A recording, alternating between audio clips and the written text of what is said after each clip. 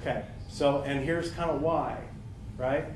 This is Lisa. She's 21-year-old millennial, social, wikis, blogs, everything, okay? Lisa is now looking for a job and perhaps going to work at your company, okay? There are 80 million millennials out there, right? And this is the audience that we teach for the most part. This is how they interact. What the story that Kevin was telling a few minutes ago about his wife, students didn't want to turn their phone off. That's a generational thing. They're collaborative, they're connected, and that's how they learn, that's how they move. They cannot. That's how they behave. So if we're going to reach our audience and engage our audience, are we going to take them back to the classroom that I showed earlier? Give them a 3-ring binder and a number 2 pencil so they can take notes? You can do that. They might walk out with some nuggets, some stuff that they're going to learn and share.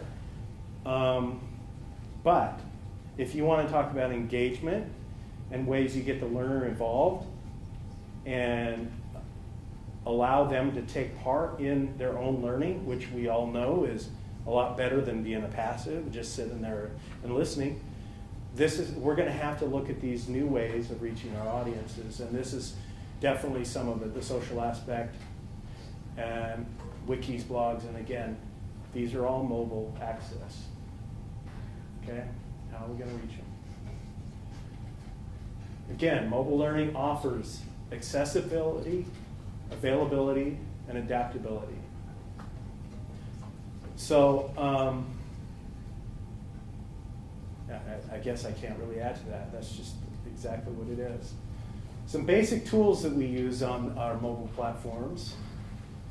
Again, expanding our perception of what we think mobile learning is. It's not just a course, right? Email. You think email, people can learn from email? Did we share information via email? Internet browsing, search, phone, all those things.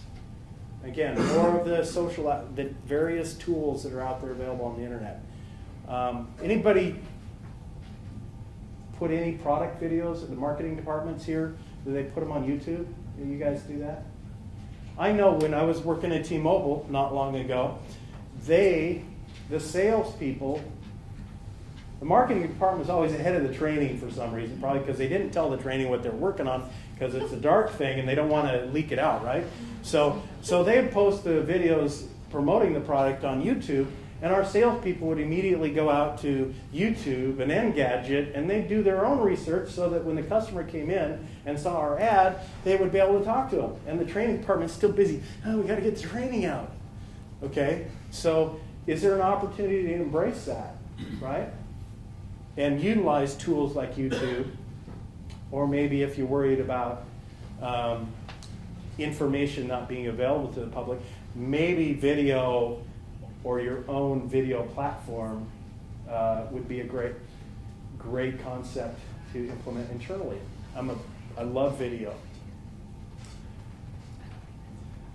Another thing that people miss when they talk about learning and mobile learning is the ability to get your learners involved, the ability to get the expertise in your organization involved in teaching the other people who are maybe not quite experts, the top performers, the best salespeople out there. There's people out there that if they could write the training, it'd be a lot better than how I write it, right? They know how to do it, and they're experts. How do you get them involved? One of the ways to do it via mobile is to give them a mobile device with a camera and allow them to send a video in. Let me show you a couple of these if I can get out of here. So one of the things that we've done is we've had some contests internally from salespeople to send in their, do a little video clip. And well, I want to play this YouTube one first for you. This is just an example of. Is this on? Is this mic work? Okay. another example of learning via the internet. Hey, welcome to episode 3 of Try It Yourself. In this episode, you will learn how to hack a combination lock on one of these I don't even know if the audio matters. I'm just...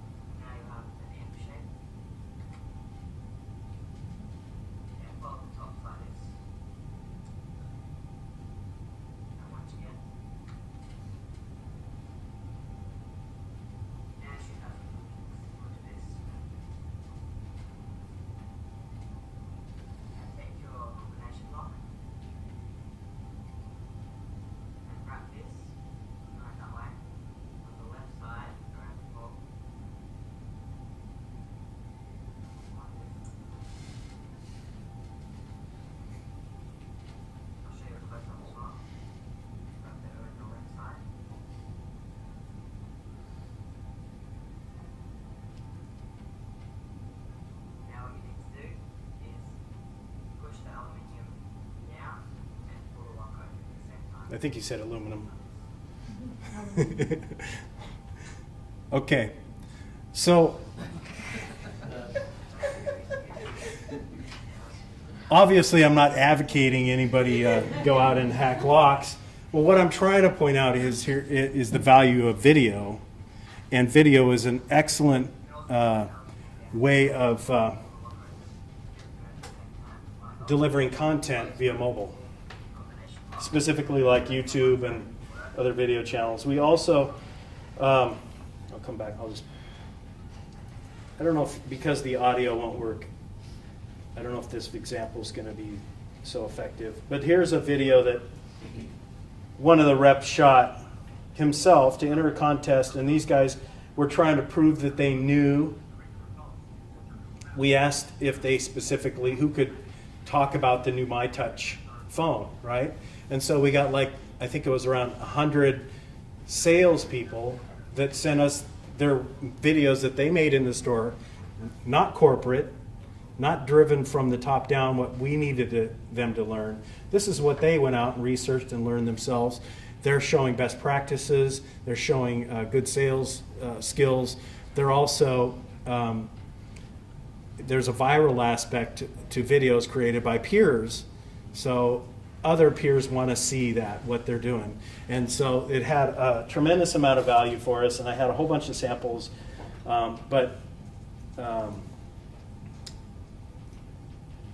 We'll come back to some of that. So video is really cool because, contrary to what some people believe, it can be very low production, especially if you just use a mobile device or anything like that. You're not really editing or whatever. You just shoot it on a mobile phone and upload it. And we've done quite a bit of it. I've done quite a bit. So it doesn't take a developer. You don't have to program something, and it can be fairly rapid. And with our YouTube generation, they're a little bit more tolerant of not so perfect quality and a little shaky camera and stuff like that. No offense to the video guys in the back, but I do corporate video as well. But it's amazing how people accept it a lot more than you think. You don't have to go out and spend $10,000 to do a video. You can do it for almost nothing, especially if you have your workforce generated. Now, it just kind of depends on your organization and what kind of sensitive kind of things you're working with and that. But there might be an application for that. For our sales force at T-Mobile, they're very distributed. So that's one of the reasons mobile becomes a real viable thing for us. And there's a lot of security issues in that. And so one of the things we did with videos is we would actually, this is kind of manual, we wouldn't allow, because we didn't want them to get out, we would install them on the little SD cards and give them to the sales trainers, and they would put them in their device, and they would go out to the store with the mobile device, the tablet or the, fairly decent smartphone, and just show the videos. And then we also had a little application that we had developed that would basically, you could log in and say this salesperson took this training, click, and it just was kind of like that took this, that would allow us to kind of track who did the training in that.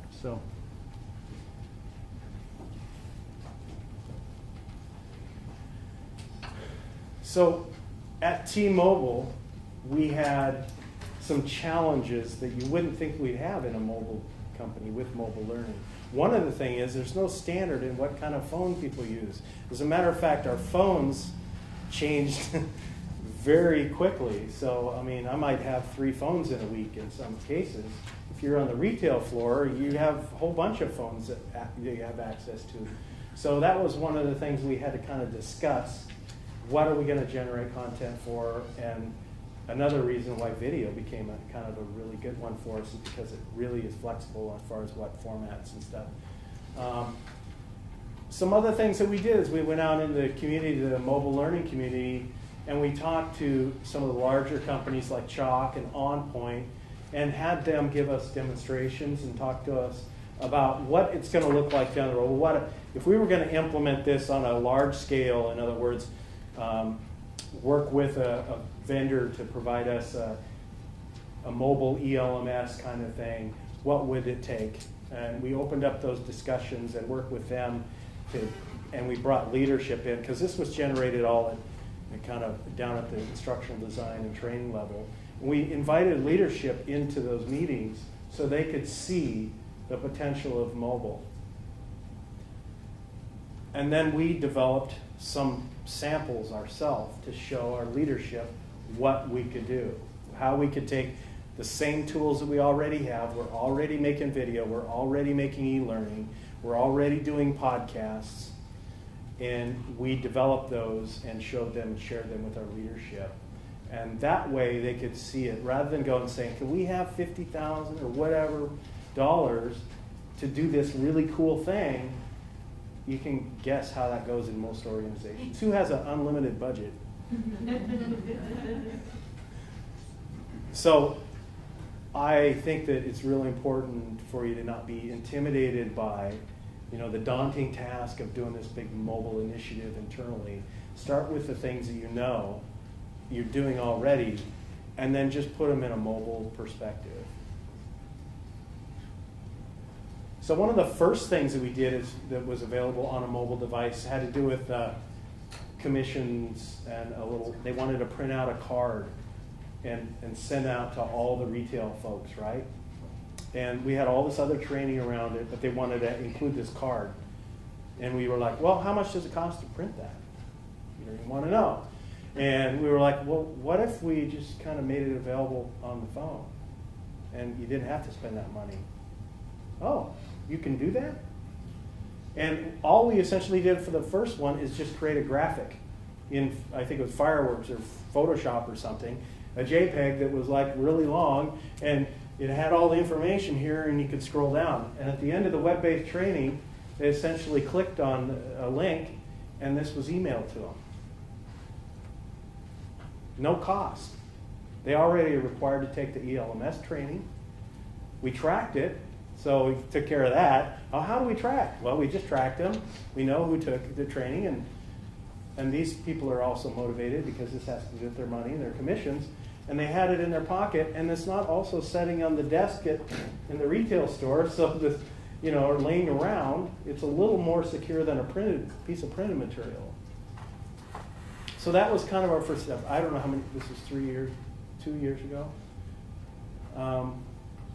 That was our first one.